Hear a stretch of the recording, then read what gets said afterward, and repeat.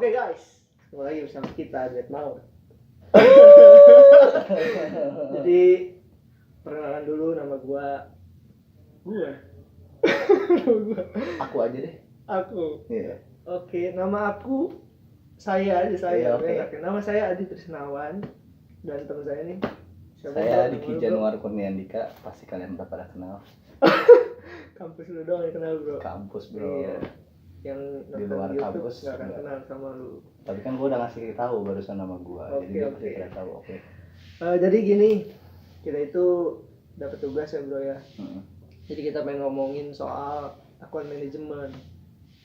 Nah, kurang lebihnya lu bisa coba bantu terangin bro apa akun manajemen. Oke. Untuk akun manajemen yang gue tahu itu, akun manajemen itu adalah pengelolaan penjualan dan hubungan dengan pelanggan tertentu bro. Itu sih yang gue tahu. Nah itu mengenai soal pelanggan tertentu itu bro, gue pernah baca ya. Kalau itu tuh juga disebut blue chips bro, kalau orang-orang ekonomi bilang. Jadi blue chips itu tuh pelanggan yang ngasih kontribusi besar untuk pendapatan perusahaan tersebut bro. Blue chips itu yang semacam koin yang paling mahal di Las Vegas itu kan ya bro ya, kalau nggak salah. Iya betul. Mungkin kenapa disebut blue chips itu ya karena dia berperan penting gitu. Sama ketika orang bermain di Las Vegas, ya ketika mereka mendapatkan blue chips tersebut, ya berarti mendapat sesuatu yang pendapatan yang besar itu bro. Gitu. Jadi bisa dikatakan juga bahwa blue chips itu adalah pelanggan yang berbelanja dengan jumlah volume yang besar, mungkin seperti itu. Ya, nah makanya pelanggan-pelanggan seperti ini tuh harus banget kita kelola bro.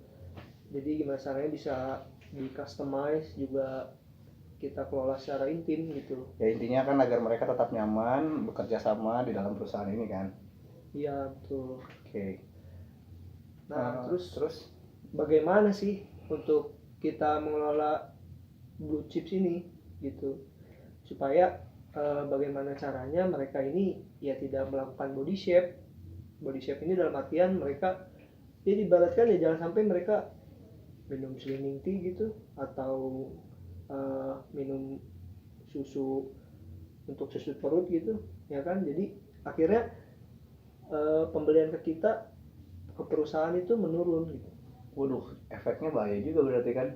Otomatis disitulah gimana caranya akun manajemen itu bisa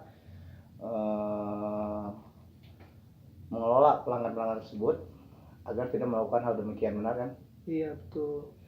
Nah coba dong Bro Diki nih jelasin lah kurang lebihnya mengenai bagaimana seorang account manager mengelola si pelanggan gemuk ini, yang bisa dibilang pelanggan gemuk lah karena pembelanjaannya yang dalam volume besar. Oke, dari yang gua baca sih ya, referensi yang pernah gua lihat juga di internet. Jadi untuk mengelola di awal tuh kita udah harus bisa mengelompokkan bro, mengelompokkan pelanggan perusahaan itu berdasarkan kontribusinya.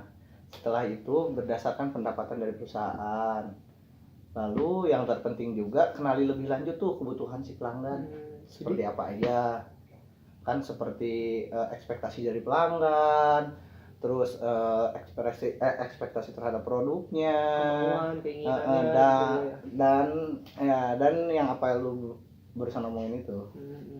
Nah jadi dari analisa semuanya itu tuh bro yang tadi lu sampein. Nah dari situ kita bisa membentuk yang namanya strategi. Nah jadi gimana caranya strategi ini ya kan kita buat untuk mencapai tujuan kita. Nah jadi gimana caranya kita emang bisa mengemas, mendevelop semuanya, bikin account plan-nya gitu sampai nanti action plan-nya.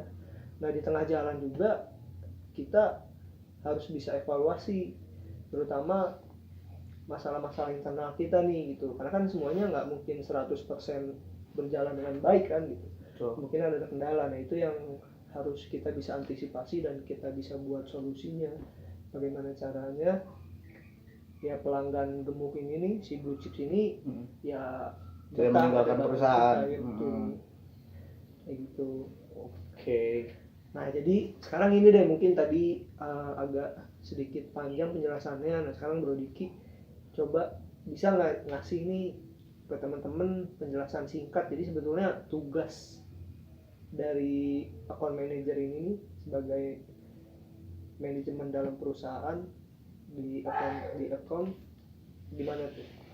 Oke bro, jadi dari apa yang barusan kita obrolin tadi, singkatnya sih, dari account manager itu memberikan update informasi yang terbaru dulu untuk para pelanggan, kemudian membuat proposal bisnis untuk kedepannya, lalu menjalin hubungan dengan pelanggan melalui analisa terhadap kebutuhan pelanggan, serta memberikan informasi dan solusi produk sesuai dengan kebutuhan pelanggan tersebut bro.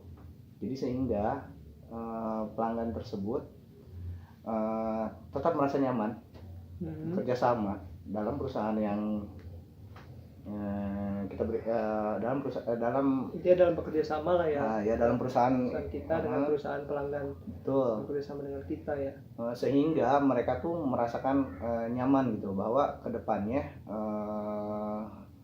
apa yang telah mereka berikan ada impact baik untuk mereka seperti jadi itu. Bisa timbul win-win solution lah. Betul banget. Kita mungkin udah cukup jelas bro ya. Nah mungkin ini bro, gimana sih kita untuk jadi seorang account manager yang kan teman-teman ada yang mau jadi account manager gitu. Nah itu syaratnya biasanya apa aja sih bro? Untuk jadi syarat account manager itu ya yang pasti sih pendidikannya harus S1 ya bro. Iya minimal S1 ya, kalau D3 kayaknya rada sulit ya, terus pengalaman experience pernah di perusahaan sebelumnya. Experience menentukan juga bro ya. Sekarang rata-rata minimal 1 tahun bahkan 2 tahun di perusahaan minta ya untuk berpengalaman. Betul, karena kan emang tugasnya mereka itu kan menjaga ya, terus membuat proposal bisnis ke depannya. Bagaimana caranya menarik perhatian pelanggan, membuat kenyamanan dari pelanggan tersebut agar bisa berbisnis dengan baik di perusahaan tersebut. Seperti itu bro. Jadi mungkin gini ya bro, pesan pentingnya nih dari kita selain bicara mengenai account management gitu untuk teman-teman, untuk selalu semangat nih dalam menimba ilmu nih. Jadi emang kuliah itu penting, jangan pernah puas hanya dengan lulus SMA ya udah deh gua bisa kerja kayak gitu. Tapi no, emang harus meningkatkan kualitas terus ya. Terus ya gitu. Maksudnya ya kita emang harus upgrade diri kita gitu. Kita harus bisa develop diri kita, apapun diri kita sekarang gitu. Kita emang benar-benar harus maju terus gitu ke depan, harus mau untuk selalu berkembang gitu. Jangan pernah gampang puas ya bro ya. Kayak gitu. Dan intinya untuk semua pendengar yang ngedengerin video pendek dari kami berdua ini, terus belajar bro, terus belajar, karena emang untuk mencapai satu tujuan itu perjalanannya panjang.